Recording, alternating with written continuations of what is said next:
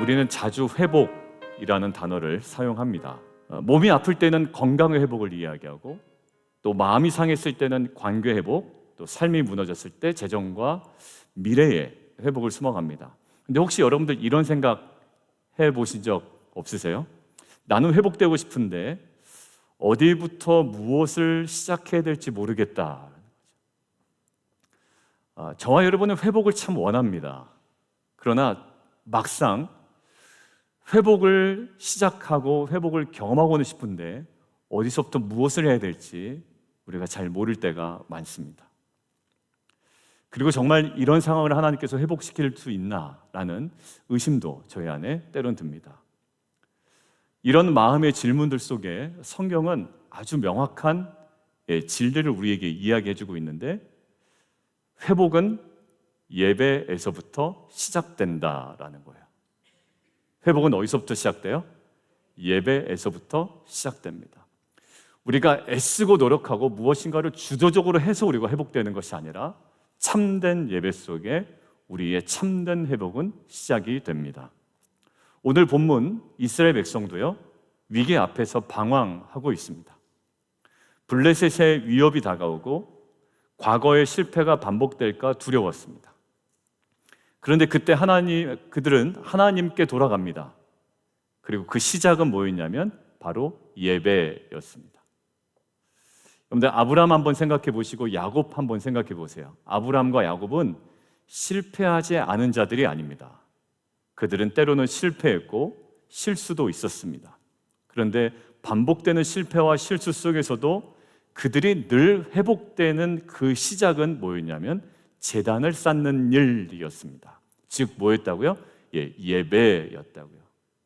막 하나님께 괜히 아닌 척하고 친한 척하고 이상한 것으로 하나님과의 어떤 회복, 자신의 삶의 주변의 회복을 꿈꾸지 아니하고요, 하나님 앞에 정확하게 참된 제사, 제단을 쌓는 예배로 나아갔다라는 거예요. 그것이 아브라함과 야곱의 실패 속에서 경험한 회복의 출발이었습니다.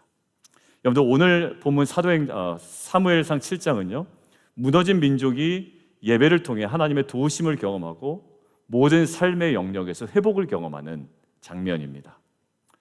그리고 그 회복의 자리에 세워진 하나의 돌이 있습니다. 그 어떤 돌일까요? 그게 바로 에벤 에셀, 도움의 돌이라는 겁니다. 여기까지 여호와께서 인도하셨다라는 고백이 담긴 도움의 돌입니다. 사랑하는 성도 여러분, 오늘도 저와 여러분의 삶 가운데 그 에벤 에셀의 고백이 필요하고, 에벤 에셀이라는 도움의 돌을 세워나가는 귀한 결단이 필요합니다. 그리고 그 시작은 바로 오늘 드려지는 이 예배인 줄 믿습니다. 오늘 함께 보죠. 첫 번째 대지 함께 읽겠습니다. 시작. 여러분들, 이스라엘 백성은 지금 현재 블레셋이라는 강력한 위협 앞에 서 있습니다. 그로 인해서 이들의 상황이 어떠냐면 블레셋 앞에 있는 이스라엘 백성의 상태, 다음 화면 보시죠. 함께 읽겠습니다. 시작. 이스라엘 자손이 듣고 블레셋 사람들을 두려워했다라는 거예요. 우리들도요, 본문의 이스라엘 자손들처럼 우리에게 두려움을 주는 그런 대상들도 있고 그러한 상황들도 있습니다. 블레셋 사람들을 두려워했던 이스라엘 백성들처럼 우리의 가정에 일어나고 있는 일들, 또 어떤 대상들, 또 여러 가지 많은 세상의 상황들로 인하여 우리는 두려워할 때가 있습니다. 자, 그렇다면 저 강력한 블레셋 사람들로 인해 두려움에 떨고 있는 이스라엘 백성이 취한 행동은 무엇이었을까요? 두렵잖아요? 무엇이었을까요? 무기를 증강했겠죠. 그리고 그들과 싸울 전략을 세웠을 겁니다. 그런데 오늘 본문은 그렇게 이야기하고 있지 않아요. 자, 그러면 두려움에 떨고 있는 이스라엘 백성들이 취한 행동 함께 보겠습니다. 시작.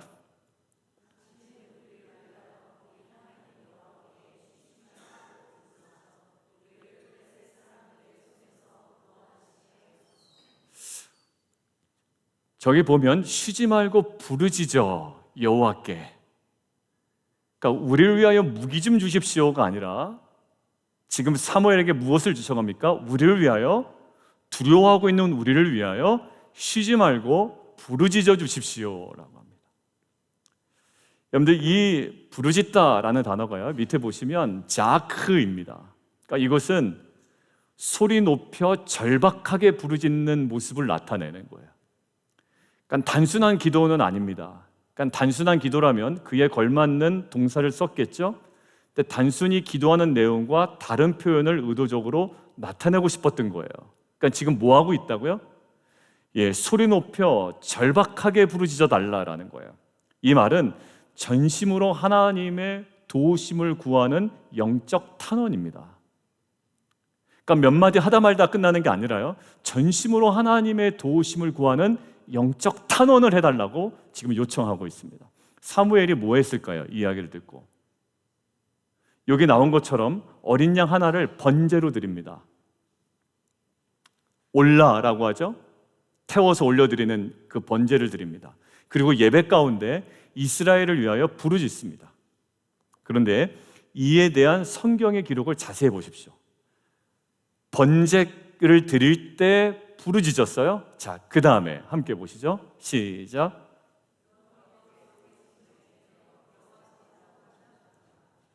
번제를 드리며 예배 가운데 부르짖었더니 여호와께서 응답하셨다. 사무엘은 부르짖었고 여호와는 응답하셨다. 사무엘이 경험한 것은 무엇이었을까요? 나의 기분을 좋게 만들어주는 어떤 정서적인 안정감을 주시는 하나님이 아니라요, 사무엘이 경험한 하나님의 핵심은 이겁니다. 나는 두려워하는 이스라엘 민족을 위하여 여호와께 부르짖었고 하나님은 그 부르짖음에 응답하셨다라는 것을 사무엘은 경험하게 됩니다. 우리 성도님들도요, 예배 가운데 응답하시고 도우시는 하나님을 경험합니다. 어제 우리 많은 텐트지기 분들의 나눔 속에 공통적인 메시지가 예배 가운데, 말씀 가운데, 작정하고 한 기도 가운데 하나님께서 인도하시고 그 안에 경험한 회복의 메시지들이었어요. 한 분은 삶과 일터에서 중요한 결정을 내리셔야 됐습니다. 그래서 두 부부가 금식하며 도우심과 인도하심을 구하며 예배와 기도의 자리로 나아가셨습니다. 여보, 당신 기도해봐. 나 기도할게. 이 정도가 아니라 두 부부가 작정하고 금식하며 주 앞에 뭐 하는 거예요? 자크한 겁니다. 소리 높여 절박하게 전심으로 하나님의 인도하심과 도우심을 구하며 나아갔던 거예요. 그리고 구절의 은혜를 경험하게 됩니다. 여호와께 부르짖음에 여호와께서 응답하셨더라. 저와 여러분이 경험해야 되는 회복의 자리는 바로 예배의 자리, 기도의 자리인 줄 믿습니다. 그리고 그 예배의 자리는요, 하나님의 도우심을 부르는 가장 강력한 영적인 통로인 줄 믿습니다. 그러나 사단은요, 회복의 자리에 대한 간절함을 없애고 있습니다. 그리고 그 자리에 막상 나와서도 중심을 온전히 내어드리지 못하게 합니다. 그런데 이번 목요 성령 집회, 새술 집회라고 제가 명칭을 좀 새롭게 변화를 주려고 하는데 50여 분의 성도님들이 나와서 함께 기도했습니다. 여러분들, 저는 이 간절한 기도가, 또 주일 예배와 새벽 예배의 그 간절한 기도가, 이 자크, 깊은 우리의 중심을 드리고 하나님의 도우심을 간절히 구하는 우리의 터져나오는 이 기도가 주 앞에 올려드리는 이 부르짖는 기도가 되어 응답하시는 하나님을 깊이 경험하는 빛과 소금교회 공동체와 저 여러분 되기를 주님의 이름으로 축원드립니다. 여러분들, 혹시 여러분의 삶 가운데도 하나님의 도우심이 절실히 필요한 상황이 있지 않으세요? 그렇다면 오늘 그 마음을 가지고 오늘 이 예배 자리에 깊이 나오시기 바랍니다. 혹시 전화기나 딴 생각이나 여러분들이 방해하는 모든 것들이 있으면 끊고 오늘 이 시간 우리 안에 나의 간절한 기도의 자리를 통하여 나에게 응답하실 하나님을 소망하며 나아가십시오. 하나님은 반드시 응답하십니다. 여러분들, 두 번째 함께 보겠습니다. 함께 읽을까요? 시작. 오늘 본문 10절을 보면 사무엘이 번제를 드리는 바로 그 순간에 여호와께서 블레셋 군대를 향하여 큰 우레를 발하시고 혼란에 빠뜨리십니다. 같이 한번 보시죠. 여러분들, 오늘 성경은 어느 때인지를 이렇게 설명합니다. 사무엘이 뭐 할 때? 번제를 드릴 때에. 근데 사무엘이 번제를 드릴 때에 그때 일어난 사건이 뭐냐면 여호와께서 블레셋 사람에게 큰 우레를 발하셨다. 뭐 할 때에? 번제를 드릴 때에. 주어를 구분해서 보죠. 사무엘은 번제를 드렸고 그 시간에 하나님은 블레셋 사람에게 큰 우레를 발하셨다라는 거죠. 여러분들, 큰 우레는 밑에 한번 보시죠. 콜가돌이라고 하는데요, 큰 음성을 얘기합니다. 큰 우레, 큰 음성을 발했다라는 거예요. 이것은 무엇을 나타내고자 하는 표현이냐면 하나님의 초자연적인 개입이 있었다라는 것을 우리에게 알려줍니다. 뭐 할 때? 사무엘이 번제를 드릴 때, 예배를 드릴 때 하나님의 초자연적인 개입이 있었다. 예배는요, 우리가 하나님을 찬양하고 경배하는 시간입니다. 우리가 아까도 찬양했어요. 예수 열방의 소망 찬양했습니다. 맞아요. 하나님을 찬양하고 경배하는 시간임과 동시에 예배는요, 하나님께서 우리를 위해 싸우시는 시간인 줄 믿습니다. 우리가 하나님을 경배하는 시간이지만 이 시간은 하나님께서 우리를 위하여 싸우시는 시간인 줄 믿습니다. 이스라엘은 무기를 들지 않았어요. 사무엘은요, 칼도 들지 않았습니다. 그런데 블레셋은 패배합니다. 왜요? 하나님이 싸우셨기 때문입니다. 우리의 전쟁은 우리에게 있지 않습니다.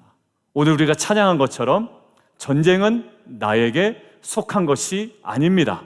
그래서 우리가 할 거 뭐예요? 주를 찬양, 손을 들어 찬양. 전쟁은 누구에게? 하나님께 속한 것입니다라는 믿음의 고백입니다. 이것이 바로 예배의 능력인 줄 믿습니다. 여러분들, 우리의 삶에, 우리의 영혼 속에, 우리의 자녀 속에 끊임없이 파고드는 블레셋과 같은 그러한 세력들이 있습니다.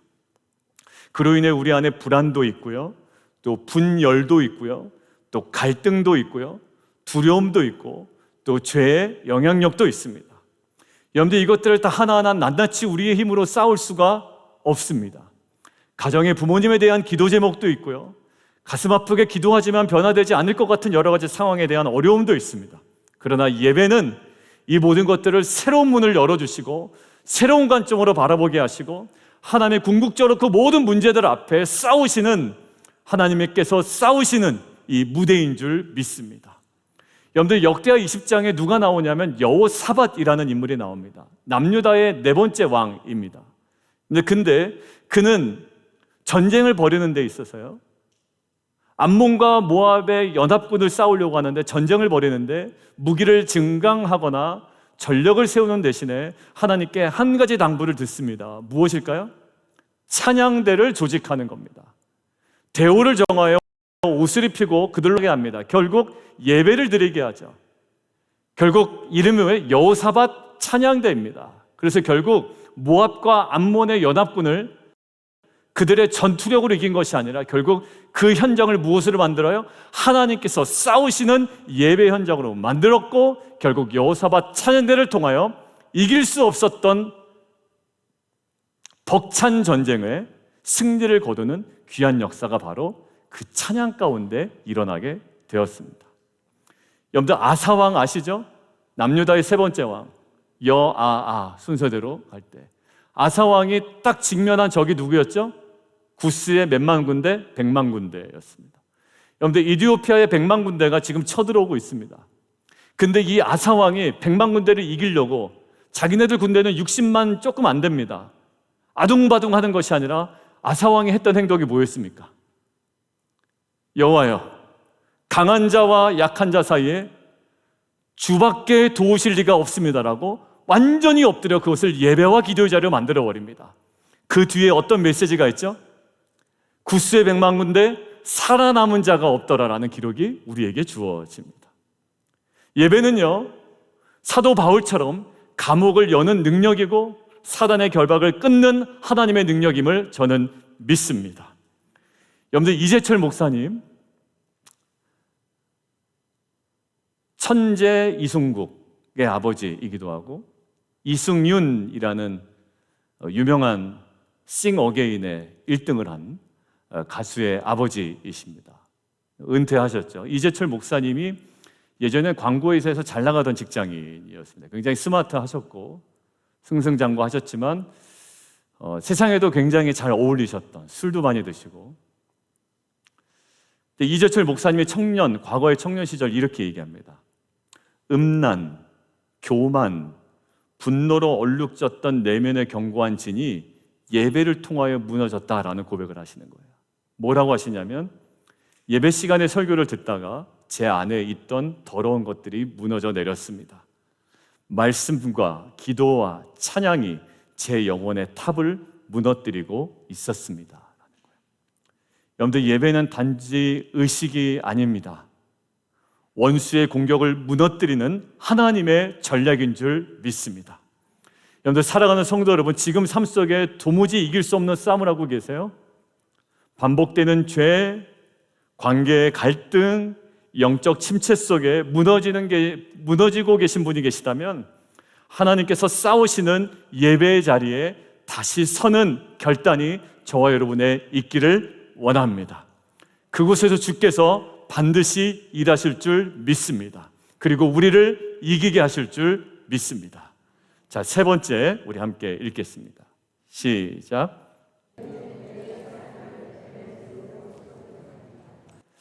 여러분, 블레셋의 패배가 있습니다. 전쟁이 끝났죠. 블레셋은 졌습니다. 그 이후에 사무엘은 돌 하나를 세웁니다. 그리고 그 이름을 에벤 에셀이라고 이름을 짓습니다. 여러분들, 자막을 함께 보시죠. 에벤 에셀, 이거를 히브리어를 직역하면 도움의 돌입니다. 다시 말해, 이것은 어떤 의미냐면 여기까지, 여호와께서 여기까지 우리를 도우셨다라는 고백입니다. 여러분들, 우리의 삶에도 하나님의 도우심을 고백하는 돌 에벤에셀은 계속 세워져야 합니다. 예배는요, 어떤 시간이냐면 그냥 와서 졸음을 이기고 버티다가 그냥 집에 가는 시간이 아니라, 예배 시간에 우리는 무엇을 드려야 돼요?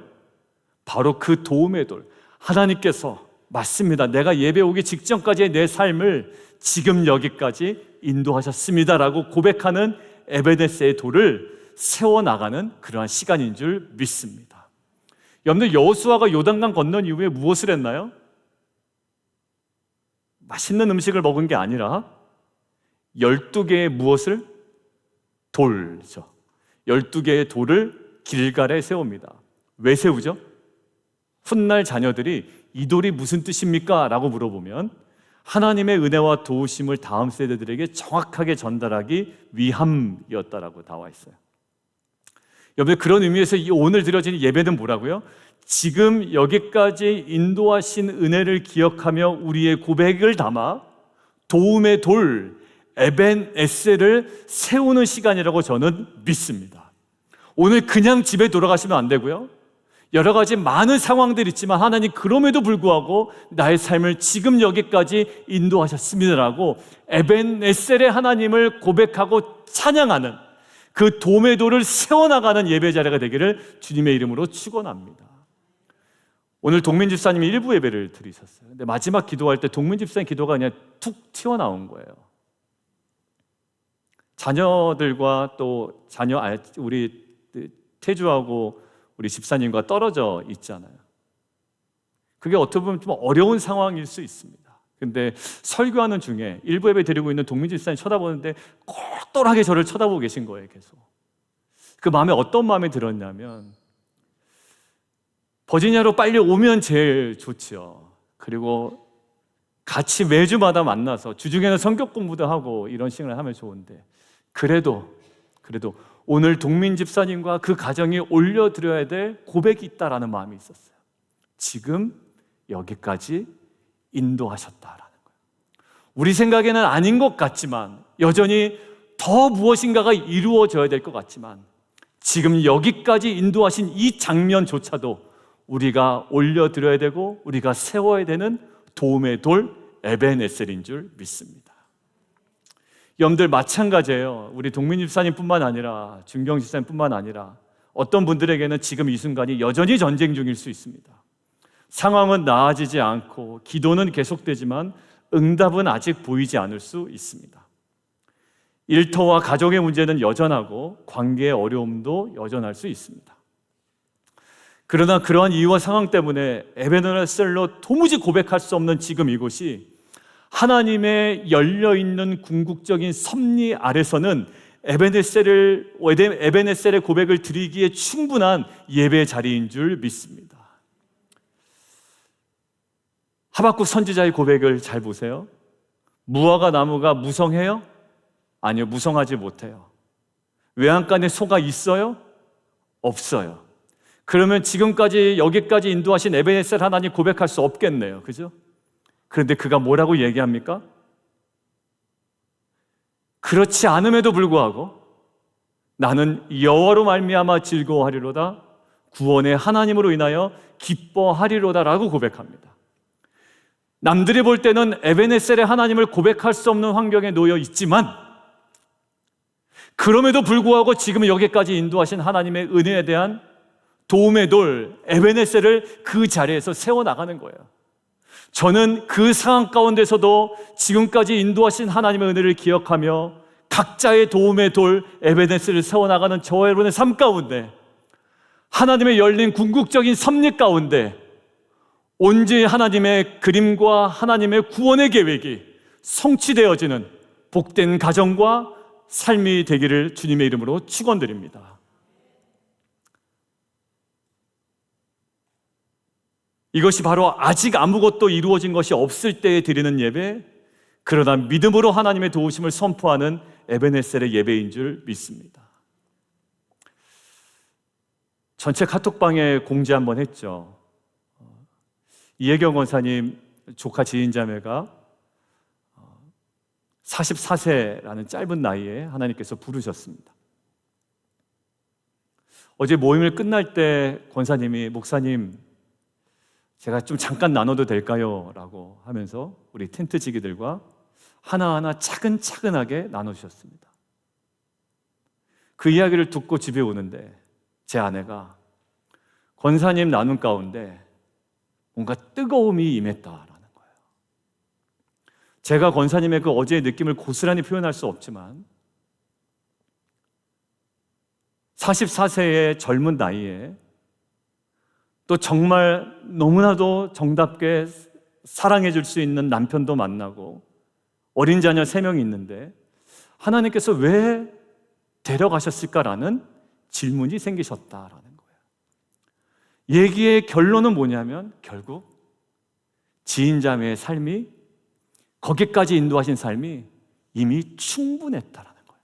많은 사람에게 사랑을 주고 남편에게 사랑받고 이제는 권사님의 삶을 도전하고 권사님의 고백과 나눔을 통해서 거기 있는 텐트 모든 지기들이 이제는 상황 때문에 에벤에셀 고백 못해 놨던 강팍한 마음도 사라지고 불평했던 마음도 사라지고 원망했던 마음도 사라지면서 그 44세의 짧은 생애의 죽음마저도 에벤에셀의 하나님을 고백할 수 있다면, 저 여러분이 지금 당해 있는 여러 가지 이해되지 않는 상황 가운데서도 우리가 믿음으로 지금까지 인도하신 하나님의 은혜입니다. 우리가 지금은 다 알지 못하지만 하나님 감춰진 은혜가 분명히 있음을 믿습니다라고 믿음으로 도움의 돌을 올려드릴 때, 에벤에셀의 온전한 고백으로 그 돌을 하나하나 세워나갈 때, 이제는 그 어떤 상황에도 매이지 않는 진정한 에벤에셀의 삶을 살아가는 저 여러분의 삶이 될 줄 믿습니다. 여러분들, 오늘 이 예배가 어떤 상황 가운데서도 우리의 삶이 에벤에셀의 돌을 세우게 하는 자리임을 믿습니다. 목사님, 저는 직장 문제 때문에, 제 신체적인 질병의 문제 때문에, 자녀의 문제 때문에 저는 하나님께서 여기까지 인도하셨다라고 감히 고백할 수 없습니다라고 하실 분이 계실지 모르겠어요. 그러나 오늘 예배는요, 다 이해하지 못하지만 지금 여기까지 인도하신 이 지점이 우리가 반드시 고백해야 될 에베네셀의 하나님, 도움의 돌을 세워야 되는 예배 자리인 줄 믿습니다. 그래서 오늘 이 예배가 여러분의 가정과 인생의 에벤에셀이 되기를 주님의 이름으로 축원드립니다. 여러분들, 그래서 나중에 먼 훗날 2025년 5월 첫째 주일 헌화식이 있는 그 주일 예배 때 그 예배를 돌아보며 그때 참 힘들었는데 사실 돌아보니 하나님이 가장 선하게 인도하신 시간이었지라고 고백하게 될 줄 믿습니다. 여러분들, 오늘 드려지는 이 예배가 저와 여러분의 가정과 인생에 에베네셀, 도움의 돌을 세우는 시간이 되기를 주님의 이름으로 축원합니다. 지난 예배 공동체에, 제가 예전에 있었던 그 공동체에 장로님이 투병 중이셨어요. 항암 중이셨어요. 근데 권사님과 일부 예배를 드리시더라고요. 근데 그때 마지막 찬양이 뭐였냐면, 내가 지금까지 지내온 것은, 그게 이제 마지막 찬양이었어요. 주의 은혜라, 주의 은혜라, 지금까지 지내온 것은. 근데 3절 뭔지 아세요? 내가 이 자리에 서 있는 것은, 하면서 이 장로님이 펑펑 우시는 거예요. 암이 나서 울었나요? 아니요. 여러분, 장로님은 그렇게 투병하시다가 돌아가셨습니다. 그런데 내가 암에 걸려 있지만, 내가 얼마 동안 살아갈 날이 남지 않았다는 걸 알고 있지만, 생각해 보니 지금 내가 이 자리에 있는 것이 하나님께서 나를 인도하시고 도우셨던 도움의 돌을 세울 만한 예배의 자리였다라는 거예요. 저는 어제 이혜경 권사님의 그 나눔을 듣고, 여러분들 흔히 보통 얘기할 수 있잖아요. 결국 하나님의 뜻이 있겠지. 이런 정도는 아니었습니다. 분명한 거기까지 인도하셨던 하나님의 정말 섭리와 은혜가 충분했던 거예요. 그래, 지인자매가 살아갔던 어떤 상황 가운데서도 사랑했고 원망하지 않았고 늘 주변을 기쁘게 했고 행복하게 했던 진정한 빛과 소금이 우리의 삶이 되어야 되겠다라고 마지막 결단하고 함께 리더들이 기도를 했습니다. 오늘 헌화식에 참여하는 가정도 있어요. 오늘 예배가 그 자녀들의 인생에 에베네셀의 믿음이 어떤 상황 가운데서도 심겨지는 계기가 되기를 주님의 이름으로 축원합니다. 결론입니다. 예배는 하나님의 도우심을 부르고 원수의 공격을 무너뜨리고 삶의 자리에 에베네셀을 세우게 합니다. 그러나 예배는 단지 우리가 은혜를 받고 승리를 경험한 이후에만 드리는 것이 아닙니다. 저기는 그래도 블레셋이 망하고 저기는 그래도 이스라엘이 승리했으니까 에베네셀에 대한 고백이 있는 것이 아니라, 이 예배는요, 아직 아무 일도 일어나지 않았을 때, 지금 이 자리가 아직 나의 질병의 문제가 다 해결되지 않았음에도 그래도 내가 지금 이 자리에 서 있는 것은 하나님의 은혜임을 고백하며 에베네셀을 세우는 믿음의 시간이 되어야 할 줄 믿습니다. 오늘 이 자리에 앉아 계시지만 여전히 회복을 간절히 기다리신 분이 계시다면 기억하십시오. 여러분들의 자녀의 회복을 기다리고 계셨다면 여러분들 자녀 지금 그만치라도 와 있는 것 하나님의 은혜입니다. 여러분들 가슴 철렁한 일도 아니고요, 하나님 보호하고 계시고요, 지금 여기까지 인도하신 것만으로도 도움의 돌을 세우기에 충분한 에베네셀의 예배의 자리가 되어야 될 줄 믿습니다. 하박국 선지자처럼 무화과 나무가 무성하지 못하고 외양간에 소가 없어도 하나님으로 인해 기뻐하고 예배하는 자리, 그 자리가 하나님이 일하시는 자리인 줄 믿습니다. 하나님은 저와 여러분의 예배 가운데 일하시고 하나님의 도우심은 이미 그 예배 가운데 시작된 줄 믿습니다. 부모의 기도의 문제, 목요 우리 성령 집회 때 우리 찬양팀 한 분의 부모의 기도의 제목 듣고 나서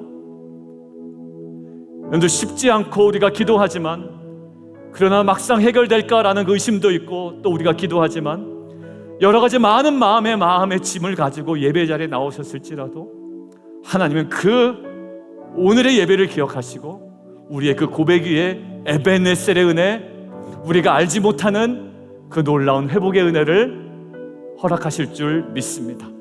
예배는 단지 우리에게 위로가 아니라 능력인 줄 믿습니다.